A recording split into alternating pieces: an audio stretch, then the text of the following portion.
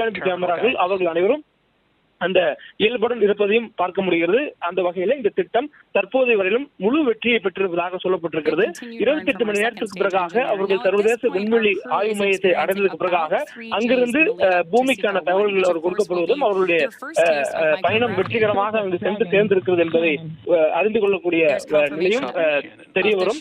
அதன் பிறகாக அவர்களுடைய ஆய்வு பணிகள் தொடங்கும் என்பது சொல்லப்பட்டிருக்கிறது. இஸ்ரோ, நாசா, ஆக்சியன் ஸ்பேஸினுடைய கூட்டு முயற்சியாக இந்த பயணம் மேற்கொள்ளப்பட்டிருக்கிறது.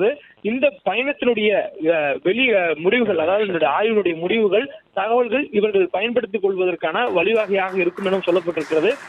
நாசா, இதே போன்று ஆக்சியன் ஸ்பேஸ் ஆகிய நிறுவனங்கள் இது தொடர்பான ஆய்வுகளை தொடர்ந்து மேற்கொண்டு வரும் நிலையில இஸ்ரோவும் இந்த பயணத்தில் இணைந்திருக்கிறது.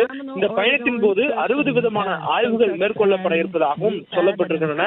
மனிதர்களை விண்ணுக்கு அனுப்பக்கூடிய இந்தியாவுடைய ககன்யான் திட்டத்திற்கு இந்த பயண திட்டத்தினுடைய அனுபவம் மிக முக்கியமாக இருக்கும். அதே போன்று இதனுடைய கருத்துருக்கள், ஆய்வுகள், அதே போன்று தொழில்நுட்பத்தினுடைய அட்வான்ஸ் டெக்னாலஜியுடைய அனுபவங்கள் இந்தியாவிற்கு மிகவும் பரிச்சயமாகும். இதில் மேலும் இந்தியாவினுடைய விண்வெளி தொடர்பான ஆதிக்கத்தை வலுப்படுத்தக்கூடிய வகையில் அமையும் என்பதுதான் இதனுடைய சிறப்பம்சமாக சொல்லப்படுகிறது.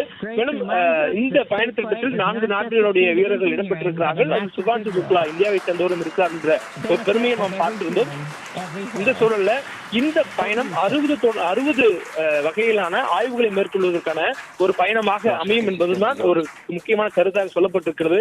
சுபான்ஷு சுக்லாவுடைய பயணத்தை அவருடைய குடும்பத்தார் மட்டுமல்லாது ஒட்டுமொத்த இந்தியாவுமே மிக வியப்புடனும் ஆர்வத்துடன் பார்த்து வரக்கூடிய நிலையை